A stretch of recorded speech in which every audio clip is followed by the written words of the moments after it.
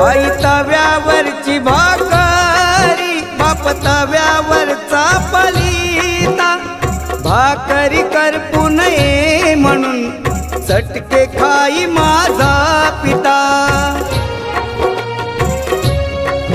वेदना किती जरी झाल्या तो कुणाला सांगत नाही, फक्त गरजा परिवाराच्या तो पूर्ण करत राही. दुःख लपवून